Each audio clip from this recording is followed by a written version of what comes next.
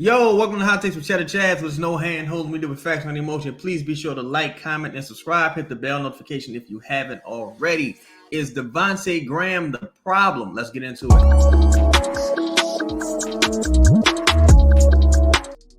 Yo. Today.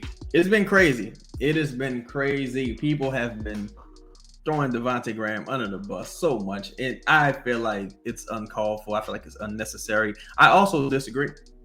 I totally disagree. Devonte Graham is not the problem.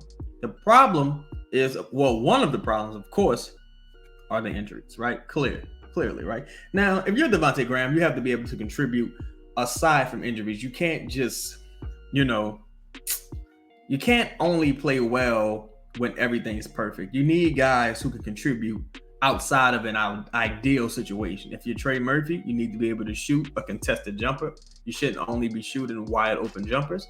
If you're Dyson Daniels, you need to make your free throws. If you're Devonte Graham, you just need to play better, bro. Gotta play better, right? But I will say this: Dyson Daniels, Trey Murphy, and Devonte Graham shouldn't be the reason you win or lose games. They shouldn't be, right? I'll say as a collective, had you done better in the first round with drafting, Kyra, Jax, No, you know what I'm saying?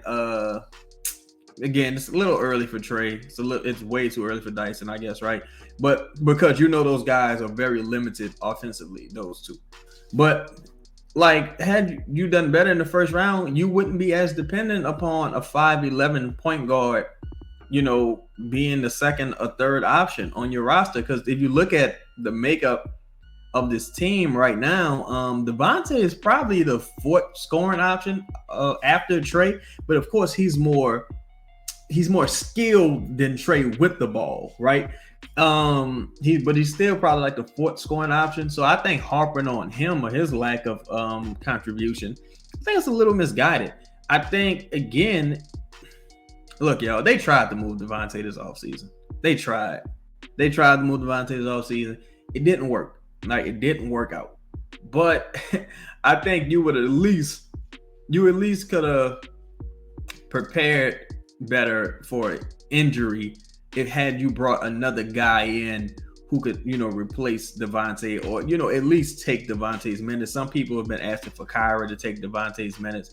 I don't think it's a bad idea at this point. I think they do provide different skill sets, but I think Kyra deserves a shot to at least, show his value, show his worth with this team. But I think people are just expecting too much from Devonte Graham. You know what I'm saying? Devonte Graham, the person, seems like a cool person, but I don't view Devonte Graham as a player on this roster. I view him as a roster spot and a contract.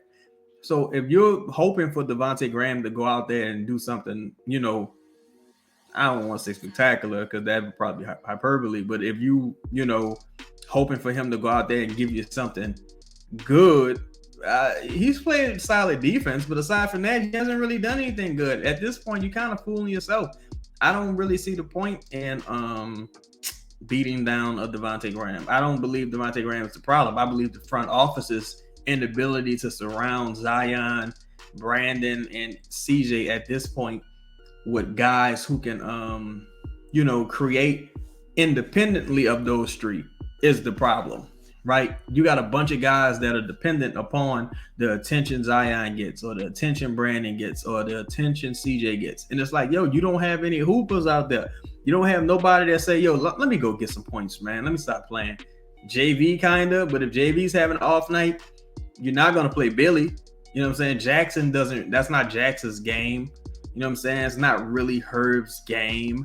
You know what I'm saying? It's really, you just have a bunch of dependent players, right? And I don't think that's, in a vacuum, that's certainly not Devonte Graham's fault. And in the big, the grand scale of things, it's the front office's fault. I don't blame Devonte Graham for being limited. I blame the front office for not noticing his limitations and pivoting and doing something different, or at least putting someone else on the roster to where you're not playing Devonte Graham as much. Maybe you're playing I bring up this name a lot. Maybe you're playing a Gary Trent Jr., a Doug McDermott, or Josh Richardson, one of those guys. You know what I'm saying? Even Alani Walker. Maybe you're playing Alani Walker in those Devonte Graham minutes. You know, it's just a lot of things they could have done this offseason and early January, you know, December, when some of the trade restrictions were lifted, that could have kind of helped, you know, ease the blow of these guys being out for so long, because again, these injuries were kind of inevitable. A moment for our sponsors. This podcast is sponsored by the Birds Law Firm, the official injury lawyers of Boo Crew Media, located at 918 Porter Street by the Superdome. Give them a call at 504-523-5413 if you or someone you know has been involved in an accident, and be sure to mention we sent you. Birds Law Firm, the official injury lawyers of Boo Crew Media. Yo, so we back. What do y'all think, man? I thought a lot of people just like, get Devonte out of here. Get him out of here. I don't care what it takes. Get rid of him.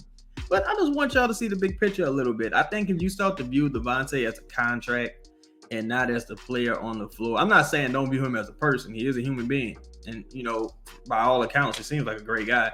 Don't, you know, just view him as a contract. Don't view him as a person. I mean, as a player. Don't view him as a player.